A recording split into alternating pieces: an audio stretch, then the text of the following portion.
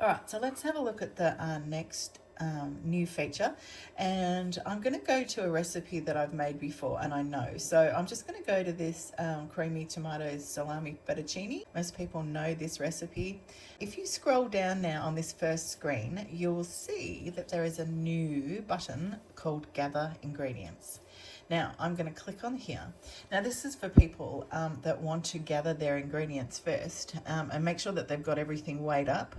It does say at the top here, some ingredients should not be prepared in advance for food safety or freshness reasons.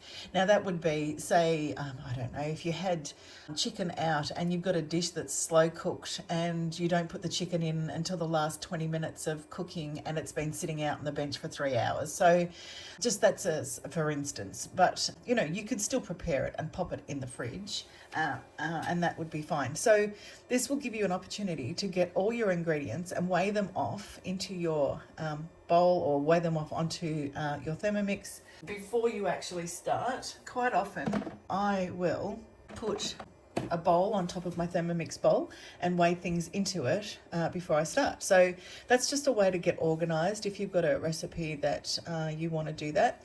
I always say read the whole recipe first so you make sure that you've got all your ingredients before you start. And yeah, so that's a new one. I love it. It's time for you to go play.